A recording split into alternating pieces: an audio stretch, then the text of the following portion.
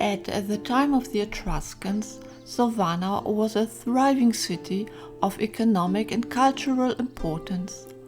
All that is left of this early flowering period are the great tombs, which are located a short distance from the town center. However, only 2 of the 4 necropolises can be visited. It is the necropolis Felceto and the necropolis Sopra Ripa. Both are on the road towards San Martino sul Fiora. The Felceto necropolis was created north of the creek Calesine. In the wooded area, long rows of simple rock tombs can be seen. In between, however, 4 particularly significant tombs stand out. Particularly famous is the Tomba Ildebranda, so named to honor the monk Hildebrand, that is to say, Pope Gregory VII, who was born in Sovana, but actually he has nothing to do with this Etruscan grave. But now to the construction of the plant.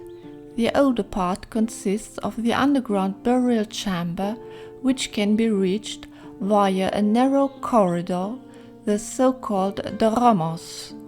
The burial chamber itself has the shape of a Greek cross and has a single stone bed.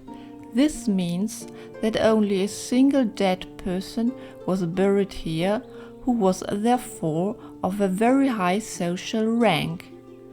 The elaborate coffered ceiling in this burial chamber should also be noted. The dromos has a branch on the right and leads there to another burial chamber which is even older. It is possibly the grave of an ancestor. In later times, in the 3rd or 2nd century before Christ, a memorial in form of a temple was built above the burial chamber by carving out the tuff. Unfortunately, not much remains of the original temple tomb, which once shone in bright colors so that it was clearly visible from the center of Sovana. The podium was originally reached by 2 side stairs, both of which are still preserved. At the front, 6 columns were erected and 3 more on each side.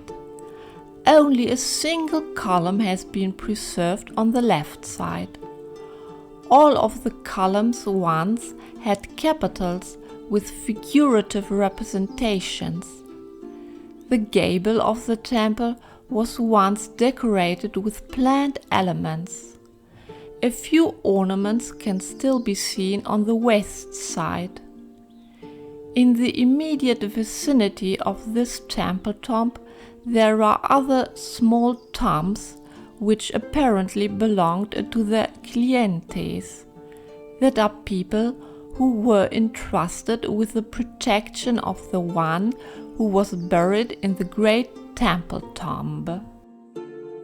On the left there is the tomb of the winged demons, Tomba dei Demoni alati in Italian.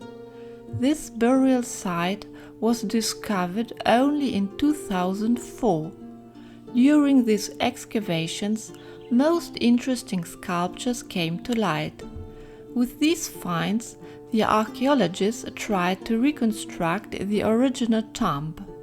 So today, a tufa arch is visible behind a protective grille and underneath a cleaner, that is, an antique couch for banquets, with a sculpture of the buried on it. The right arm of the sculpture and the neck still have clear paint residues. Archaeologists suspect that 2 statues were originally erected on the side of the tomb. That is why a female sculpture with wings was erected on the right. The archaeologists see in this figure the goddess Vant. Vant is a deity who accompanies the dead into the hereafter.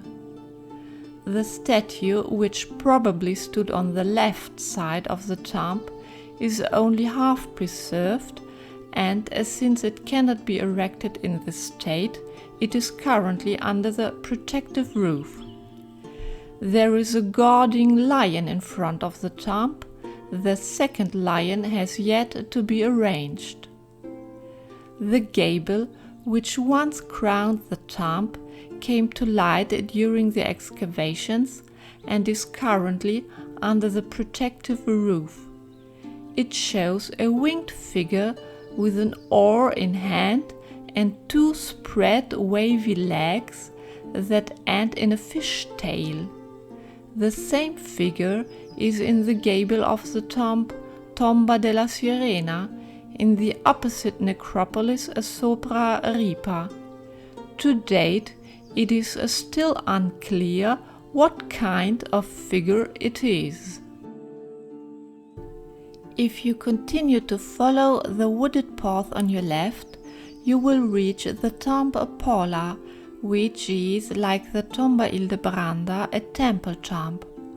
Originally, there were 8 frontal columns, of which only one is preserved, which is currently supported by an iron bandage. Neither the other columns nor the gable have survived. However, it is still clearly visible the dromos, that is, the access corridor to the underground burial chamber, which cannot be visited at the moment. However, it is a very large burial chamber with stone beds along the walls on which the dead were buried.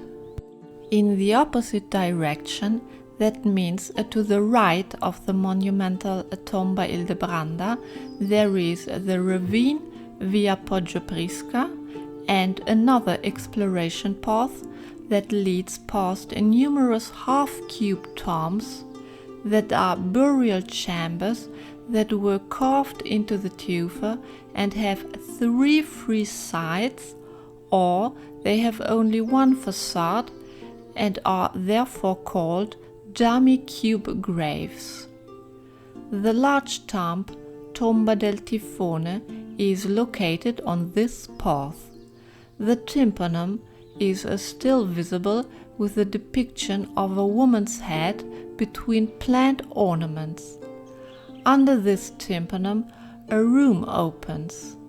Interesting is the covered ceiling, which is decorated with a rhombus pattern.